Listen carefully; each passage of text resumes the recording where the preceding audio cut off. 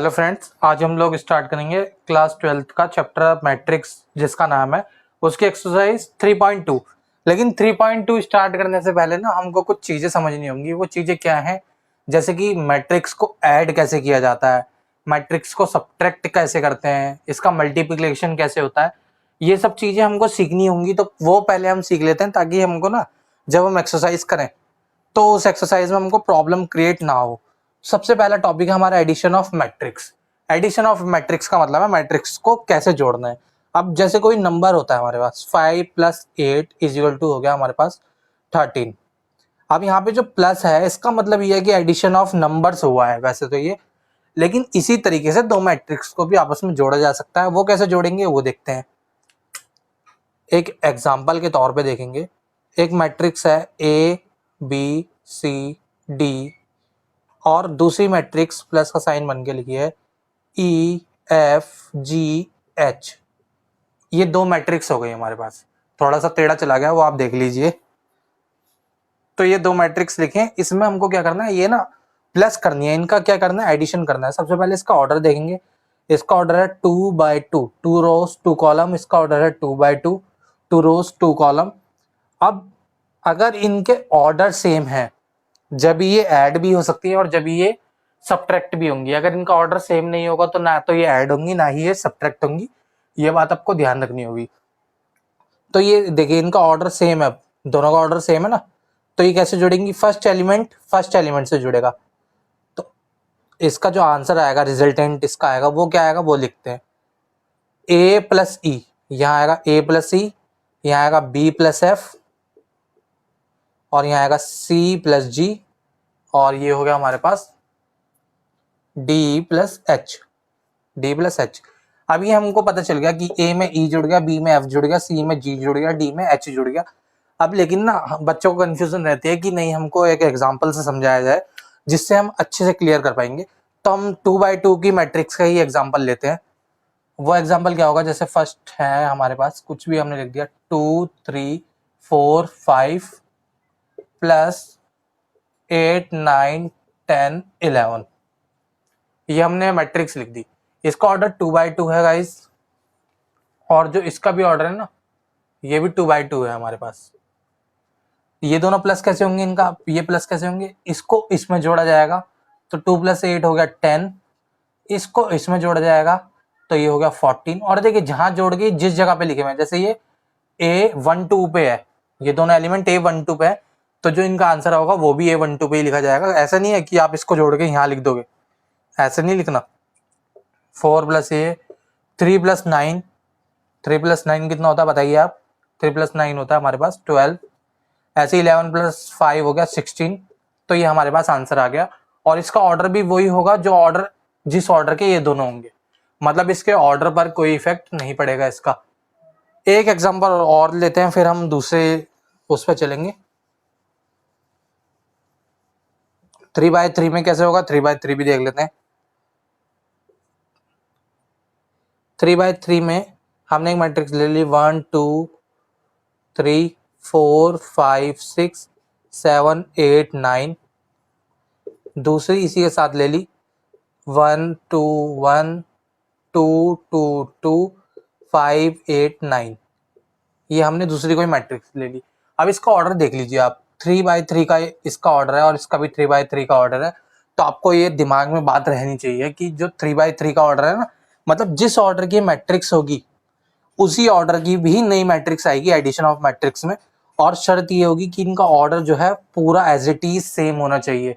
अगर इनका ऑर्डर ये 2/3 की जगह ये 3/3 की और 3/3 की जगह यहाँ 2/3 हो जाता ना, तो गाइस ये ऐड नहीं होती। तो ये बात आपको ध्यान रखनी है। तो इसका आंसर क्या आएगा, 1 + 1 हो गया 2, 2 + 2 हो गया 4, 3 + 1 हो गया 4, 4 + 2 हो गया 6, 5 + 2 7, 6 + 2 8, 7 + 5 हो गया 12, 8 + 8 कितना हो गया हमारे पास बताइए 16, और 9 + 9 18। ये हमारे पास मैट्रिक्स आ गई नई वाली। अब इसी तरीके से सब्ट्रैक्शन होता है। सब्ट्रैक्शन कैसे होता है वो देखते हैं। देखिए सब्ट्रैक्शन के लिए भी ना हमने यही मैट्रिक्स ले ली, एक मैट्रिक्स ये रही, एक मैट्रिक्स ये रही। मुझे ये उम्मीद है कि आपको ये अच्छे से समझ में आ रहा होगा। इसलिए हम ना इसको ज़्यादा डीपली नहीं समझेंगे, एडिशन और सब्ट्रैक्शन मल्टीप्लिकेशन को समझेंगे क्योंकि वो थोड़ा इंपॉर्टेंट है। तो यहाँ पर क्या है, इसका ऑर्डर है, पहले 2/2 से देखते हैं। ये देखिए सब्ट्रैक्शन में मैंने इन दो को ही ले लिया, ये है हमारे पास इसका ऑर्डर। आप बताइए 2/2 का ऑर्डर है और ये 2/2 का ऑर्डर है, इसका मतलब ये एक स्क्वायर मैट्रिक्स है। अब इन दोनों को माइनस करना है, जिस तरीके से प्लस किया था उस तरीके से माइनस भी करना है। यहाँ पे साइन लगा दिया माइनस का और यहाँ पे साइन लगा दिया माइनस का। तो 2 - 8, 2 - 8 क्या होगा, ये देखिए 2 - 8 होता है माइनस का 6, 4 - 10 होता है माइनस का 6, 3 - 9 होता है हमारे पास माइनस का 6 और 5 - 9 होता है हमारे पास माइनस का 6। ये होता है हमारे पास। अब आप ये देख रहे होंगे, आप ये सोच रहे होंगे कि यहाँ पर तो सब में माइनस का 6 आया।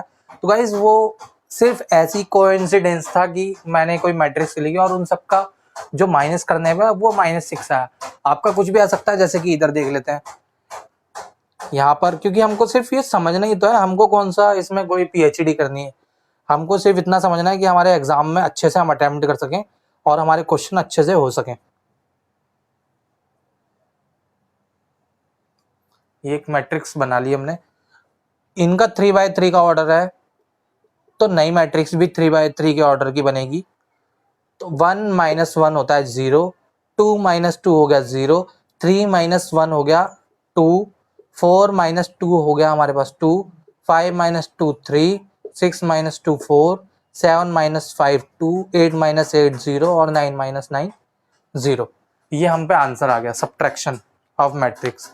अब सब्ट्रैक्शन ऑफ मैट्रिक्स के बाद ना डिवाइड भी देख लेते हैं, डिवाइड कैसे होता है, डिवाइड ऑफ मैट्रिक्स। अब देखिए डिवाइड ऑफ एलिमेंट्स का मतलब क्या होता है, मैंने पहले अभी आपको बोला डिवाइड ऑफ मैट्रिक्स। देखिए सबसे पहले तो कोई भी मैट्रिक्स जो है वो ऐसे डिवाइड नहीं होती जैसे कि कोई भी नंबर हो जाता है ना। ये अगर हमने मैट्रिक्स लिखी 2 8 9 5 और अपॉन में लिख दिया 7 8 2 0, तो आप ध्यान से देखिए कभी भी ना ये मैट्रिक्स ऐसे डिवाइड नहीं होती जिस तरीके से नंबर हो जाते हैं ना 5/10 या लिख दिया हमने 8/17, ये डिवाइड हो जाएंगे जिस तरीके से, वैसे ये मैट्रिक्स कभी डिवाइड नहीं होती। इसके एलिमेंट डिवाइड होते हैं हमेशा। क्या होते हैं, इसके एलिमेंट्स डिवाइड होते हैं।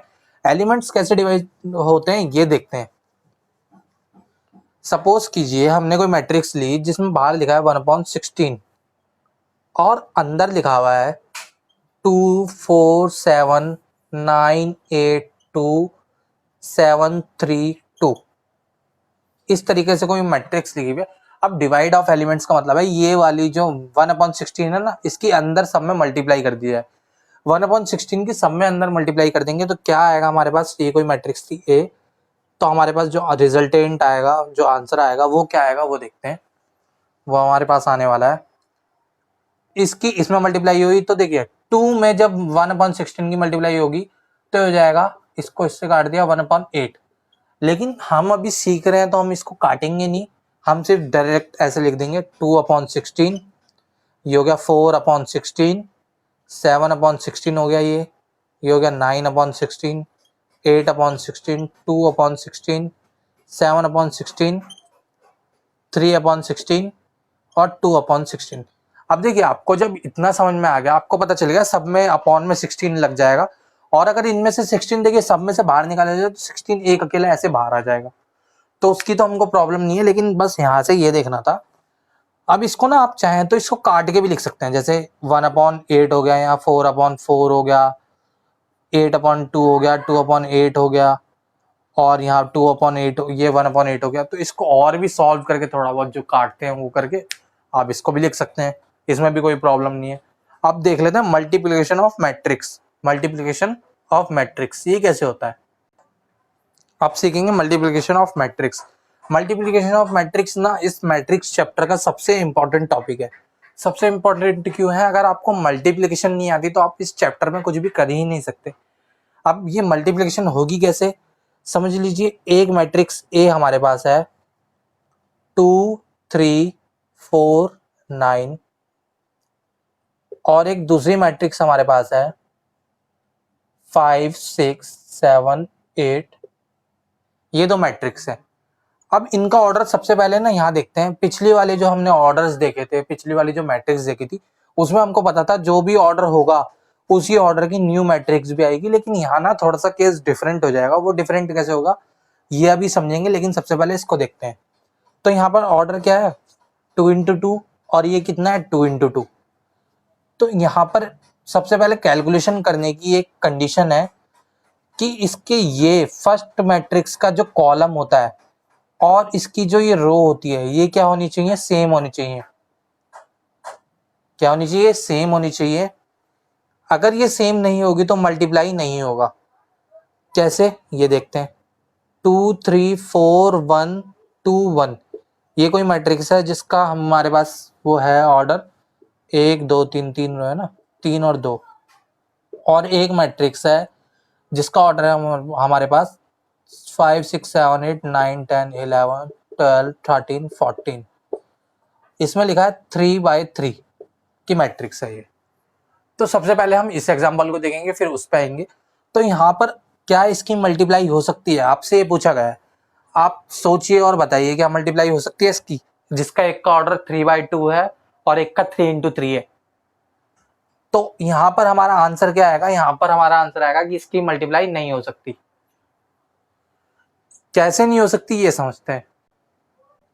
तो यहाँ पर मल्टीप्लाई क्यों नहीं होगी इसकी, देखिए सबसे पहले मैंने कंडीशन क्या दी कि फर्स्ट वाली मैट्रिक्स जो फर्स्ट वाली लिखी है और सेकंड वाली है, इसका कॉलम और दूसरी वाली की रो, इसका कॉलम मतलब C से दिखा रहे हैं और इसकी रो मतलब R से दिखा रहे हैं। अगर ये दोनों इक्वल नहीं है तो इसकी मल्टीप्लिकेशन हो ही नहीं सकती। तो आपको पता लग गया होगा फर्स्ट कंडीशन क्या है। मल्टीप्लिकेशन करने से पहले आपको देखना है इसका ऑर्डर में फर्स्ट वाली का कॉलम और दूसरी वाली का रो, अगर इन दोनों के एलिमेंट्स सेम है तो ही इनकी मल्टीप्लाई होगी, अदरवाइज इनकी मल्टीप्लाई नहीं होगी। और जो ये दूसरे वाले हैं, अब आप ये सोच रहे होंगे तो ये अदर टू जो एलिमेंट लिखे हैं, अदर टू मतलब ये वाला और ये वाला, इनका क्या होगा, इनका बनेगा नया ऑर्डर। इनका क्या बनेगा, नया ऑर्डर। यहाँ तो देखिए मल्टीप्लाई पॉसिबल ही नहीं है तो यहाँ तो मल्टीप्लाई होगी नहीं। लेकिन अगर जहां मल्टीप्लाई हो सकती है तो वहां क्या होगा वो समझते हैं। अगर यहाँ मल्टीप्लाई हो सकती है हमारे पास 2x2, यहाँ पर हमारे पास क्या है, सेम है रो, इसकी कॉलम और इसकी रो सेम है तो इसकी मल्टीप्लाई हो सकती है। लेकिन तुरंत एक बच्चे ने सवाल पूछा कि सर इसका जो ऑर्डर होगा मतलब जो नई वाली मैट्रिक्स होगी वो क्या आएगी, आप वो बताइए। तो यहाँ पर हमने आंसर दिया कि जो इसका ये बचा हुआ एलिमेंट है ना, मतलब इसकी रो और इसका ये दूसरा कॉलम, ये जो कॉलम है इन दोनों से बनेगा न्यू ऑर्डर। इन दोनों से क्या बनेगा, न्यू ऑर्डर। ऑर्डर क्या बनेगा, इसकी रो का 2 ले लिया, इसके कॉलम का 2 ले लिया, मतलब जो नई मैट्रिक्स बनेगी वो कैसी बनेगी, 2/2 की बनेगी नई मैट्रिक्स। मैं समझता हूँ आपको समझ में नहीं आ रहा होगा, थोड़ा बहुत ही समझ में आया होगा, लेकिन जब भी आप कोशिश करिए 5 मिनट वीडियो देखिए आपको पूरा अच्छे से समझ में आ जाएगा। हम क्या कह रहे हैं कि ये 2 और 2 ये सेम है, अंदर के एलिमेंट, इसका अंदर का और इसका बाहर का एलिमेंट सेम है तो इसलिए मल्टीप्लाई हो सकती है। और इसकी रो और इसका कॉलम पकड़ेंगे तो हमारे पास नया ऑर्डर बनेगा 2/2। अब मल्टीप्लिकेशन कैसे होगी वो देखते हैं। यहां पर हमने ये बना लिया कॉलम 2/2 का। तो इस रो को इस पे पटकना है।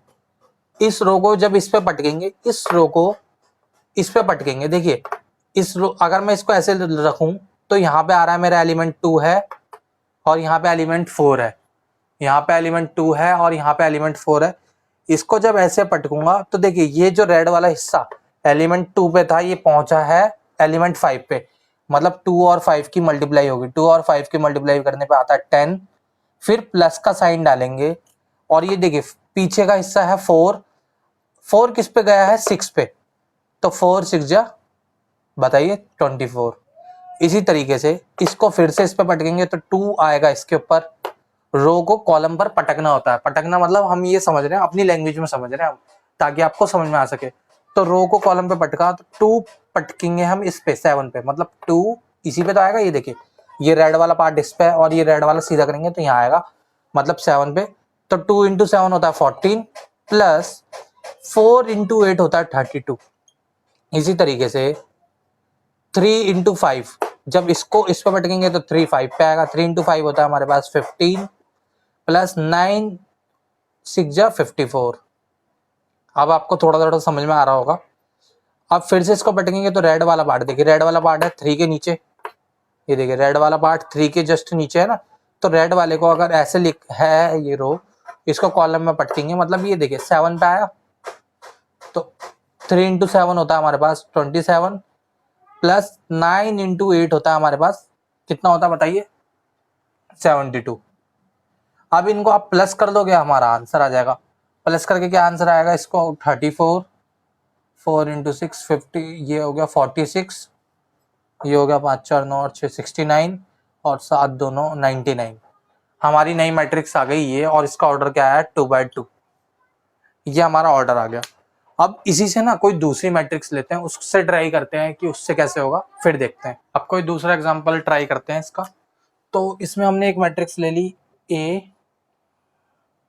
जिसमें हमारे एलिमेंट्स हैं 1 -2 और यहाँ पे गाइज 1 मिनट रुके, 1 -2 और 3, और दूसरा था -4 2 और 5। और सेकंड जो हमने एक दूसरी मैट्रिक्स ली वो है 2 4 2 और 3 5 1। ये बुक का एग्जाम्पल नंबर 13 मैं करा रहा हूँ आपको। तो इसमें मैं आपको पूरा एग्जाम्पल नहीं सॉल्व करवा रहा हूँ, ये एग्जाम्पल नंबर 13 से हमने एग्जाम्पल लिया है ये सॉल्व करने के लिए। तो इसमें अब ना हमको क्या करना है, मल्टीप्लाई करना है। इसमें मल्टीप्लाई होगा कैसे, सबसे पहले ये देख लीजिए आप। तो इसमें हम ये सॉल्व करेंगे, इसमें सिर्फ मल्टीप्लिकेशन ही देखेंगे। तो इसका ऑर्डर देखते हैं। देखिए इसमें 2 रोज हैं और 1 2 और 3 कॉलम, 2 रो 3 कॉलम। इसका ऑर्डर 2/3 है और इसका ऑर्डर 3/2 है। सबसे पहले मल्टीप्लिकेशन की एक शर्त होती है, वो कंडीशन क्या होती है, इसका कॉलम और इसकी रो, इसका कॉलम और इसकी रो सेम होनी चाहिए। तो यहाँ पर ये सेम है, इसका मतलब ये मल्टीप्लाई हो सकता है। इसका मतलब क्या हुआ, ये मल्टीप्लाई हो सकता है।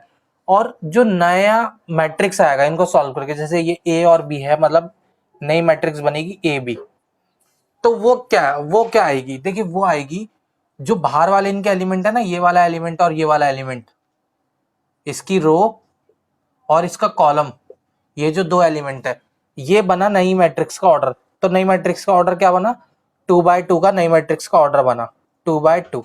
इसका यहाँ से 2 लिया, इसका कॉलम का 2 लिया, तो 2/2 का नया ऑर्डर बना। तो इसको करेंगे, ये रो इस पे पटकनी है। तो देखिए 1 इस 2 पे आएगा, तो 1 की 2 में मल्टीप्लाई हुई तो आ गया हमारे पास 2 ही आ गया। -2 की 4 में मल्टीप्लाई हुई तो -8 आ गया। 3 की 2 में मल्टीप्लाई हुई तो ये आ गया प्लस का 6। इसी तरीके से इसको इस पे पटकना है दोबारा से। तो 1 की 3 में मल्टीप्लाई हुई तो 3 आ गया, 2 की 5 में मल्टीप्लाई हुई तो माइनस का 10, और 3 की 1 में मल्टीप्लाई हुई तो प्लस का 3। उसके बाद 4 की 2 में मल्टीप्लाई हुई तो माइनस का 8, 2 की 4 में मल्टीप्लाई हुई तो प्लस का 8, और 5 की 2 में मल्टीप्लाई हुई तो प्लस का 10। इसी तरीके से -4 की 3 में मल्टीप्लाई हुई तो -12, 2 की 5 में हुई तो प्लस का 10, और 5 की 1 में हुई तो प्लस का 5। ये कुछ इस तरीके से दिख रहा है। तो नई मैट्रिक्स जो बनेगी वो क्या बनेगी वो देख लेंगे।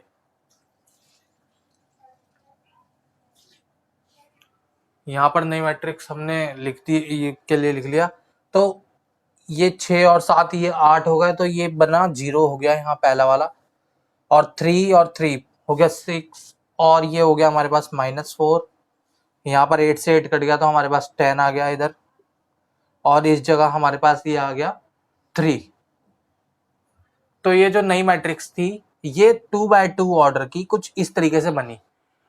मैं उम्मीद करता हूँ आपको यहाँ तक की समझ में आया होगा। एक एग्जांपल और लेंगे, ये हमने एक अलग एग्जांपल लिया है। इस एग्जांपल में हमने मैट्रिक्स लिए हैं 2। अब इनको मल्टीप्लाई करके देखेंगे, लेकिन ना सबसे पहले इनको मल्टीप्लाई करने से पहले इनका ऑर्डर जानना जरूरी है। मैं आपको बार बार कह रहा हूँ, ऑर्डर बहुत इंपॉर्टेंट रखता है।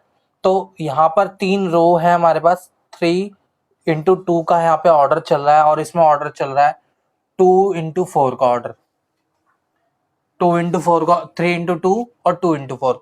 अंदर के एलिमेंट इनके सेम है इसलिए मल्टीप्लाई हो सकती है, और जो नए ऑर्डर की मैट्रिक्स बनेगी वो 3 into 4 की मैट्रिक्स बनेगी। मतलब ए और बी जो मैट्रिक्स आएगी हमारे पास,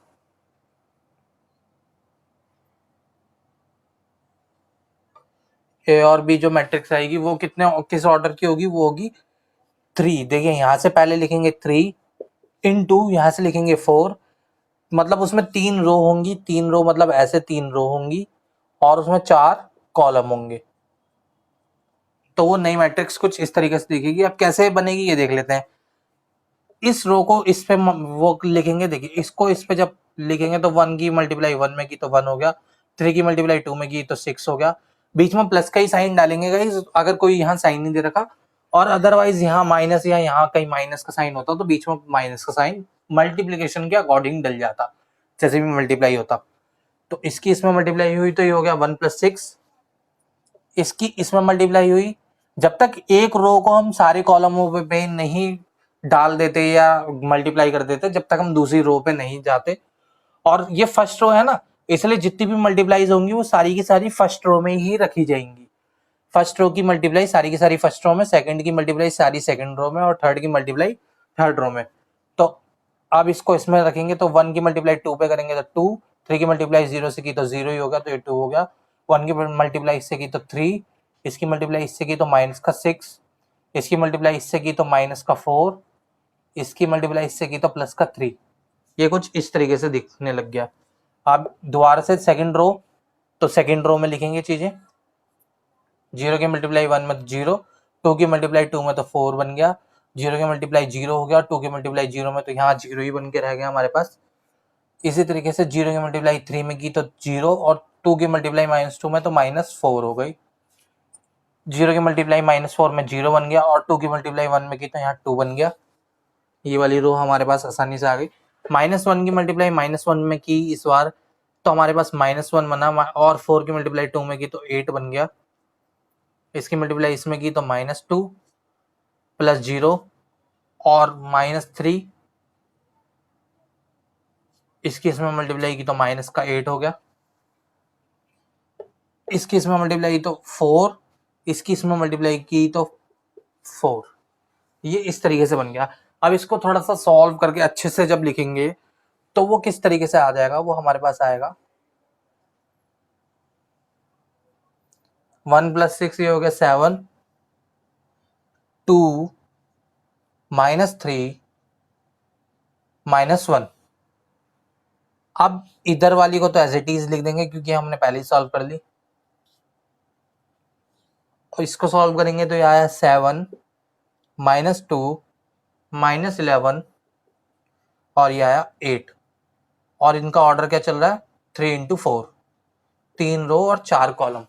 तो यहाँ पर तो ये था मल्टीप्लाई। और अगर आपको अभी भी समझ में नहीं आया ना, तो हम इस वीडियो को पहले तो आप रिपीट कीजिए, 2 बार देखिए, 3 बार देखिए, आपको समझ में आ जाएगा। अगर आपको समझ में नहीं आया तो इसके नेक्स्ट वीडियो जो है एक्सरसाइज वाली वीडियो, उसको देखिए, आपको ये 100% वहां से समझ में आ जाएगा।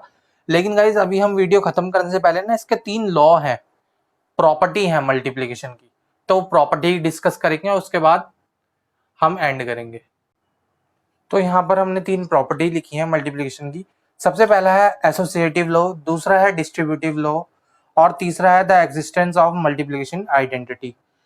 तो यहाँ पर हमारे पास एसोसिएटिव लॉ क्या कहता है, ये एसोसिएटिव लॉ कहता है अगर हमारे पास कोई 3 मैट्रिक्स हैं, मैट्रिक्स ए, मैट्रिक्स बी और मैट्रिक्स सी, चाहे वो किसी भी ऑर्डर की हो, 3 मैट्रिक्स, अगर उनकी हम मल्टीप्लाई करेंगे तो देखिए, चाहे ए की मल्टीप्लाई बी में कर लीजिए पहले, और उसके बाद उसकी उन दोनों की मल्टीप्लाई सी में कर लीजिए, या ए की मल्टीप्लाई सी में कर लीजिए, या पहले बी सी की मल्टीप्लाई कर ली और फिर उसकी मल्टीप्लाई ए से कर लीजिए, ये हमेशा आपके पास सेम आएगा। क्या कहने की कोशिश कर रहे हैं हम यहाँ पे, ए बी सी 3 मैट्रिक्स हैं कोई भी, ए की पहले बी में मल्टीप्लाई कर दी तो एक मैट्रिक्स आ गई, फिर उसकी सी में मल्टीप्लाई की, चाहे बी और सी की मल्टीप्लाई करने के बाद उसकी ए में मल्टीप्लाई की, हमारे पास आंसर सेम आएगा। ऐसे डिस्ट्रीब्यूटिव लॉ में क्या होता है, डिस्ट्रीब्यूटिव लॉ में 2 पार्ट है। डिस्ट्रीब्यूटिव लॉ देखिए, ए बी प्लस सी ऐसे लिखा है, तो इसको अगर ऐसे लिखा है ए बी प्लस सी, तो इसको हम लिख सकते हैं ए बी प्लस ए सी, और सेकंड है इसके अंदर कि a plus b is equal to bracket में बाहर सी, तो ए सी प्लस बी सी, इसको ऐसे लिख सकते हैं ए सी प्लस बी सी। और थर्ड में कहा गया है कि अगर कोई मैट्रिक्स है और वो स्क्वायर मैट्रिक्स है, कोई स्क्वायर मैट्रिक्स अगर आइडेंटिकल मैट्रिक्स से मल्टीप्लाई होती है, कोई स्क्वायर मैट्रिक्स अगर आइडेंटिकल मैट्रिक्स से मल्टीप्लाई हो, चाहे देखिए यहाँ आइडेंटिकल मैट्रिक्स में स्क्वायर मैट्रिक्स की मल्टीप्लाई की या ए में आई की मल्टीप्लाई की, आंसर हमेशा हमारे पास ए ही आएगा। इसका मतलब यह है अगर आइडेंटिकल मैट्रिक्स में किसी भी मैट्रिक्स से मल्टीप्लाई करो या किसी भी मैट्रिक्स में आइडेंटिकल मैट्रिक्स की मल्टीप्लाई करेंगे तो हमारे पास आंसर वही मैट्रिक्स आएगी। सेकंड वाले लॉ में क्या कहता है, अगर कोई मैट्रिक्स है ए बी सी, देखिए ए बी सी तो तीनों जगह यहाँ अप्लाई होता है तीनों लॉ में। अगर कोई मैट्रिक्स है उसमें बी और सी को प्लस कर दिया, उसमें पहले बी और सी को प्लस कर दिया फिर उसमें ए की मल्टीप्लाई की, तो वो इसके इक्वल आएगा कि ए बी की मल्टीप्लाई करो और ए सी की मल्टीप्लाई करो फिर उन दोनों को प्लस करो, तो ये और ये जब भी दोनों इक्वल आएंगे। इसी तरीके से ए प्लस बी कर दिया, मतलब हमने इन दोनों को जोड़ दिया और इस वाली की उसमें मल्टीप्लाई कर दी, या क्या किया हमने ए सी निकाल लिया पहले अपना और बी सी निकाल लिया, उन दोनों को जोड़ा तो जब भी वो इसके इक्वल आएगा। अगर आपको देखिए यहाँ पे प्रॉपर्टी समझ में आई है तो ठीक है, अगर समझ में नहीं आई तो गाइस हम ना ये इस प्रॉपर्टी के मतलब जो सब क्वेश्चंस है ना वो 3.2 में हम सारे के सारे समझ लेंगे कि इस प्रॉपर्टी से भी रिलेटेड क्या आ रहा है क्या नहीं आ रहा, तो आप यहाँ से समझ जाएंगे। वैसे तो मैं उम्मीद करता हूँ आपको ये यहीं से समझ में आ गया होगा, आपको और कुछ करने की जरूरत ही नहीं पड़ेगी इसमें। तो यहाँ पर यही था एक्सरसाइज शुरू करने से पहले जो हमको कुछ कराना था। तो गाइस मैं उम्मीद करता हूँ आपको वीडियो पसंद आई होगी। अगर आपको वीडियो पसंद आई तो वीडियो को लाइक कीजिए, चैनल को सब्सक्राइब करना ना भूलें। Thanks for watching.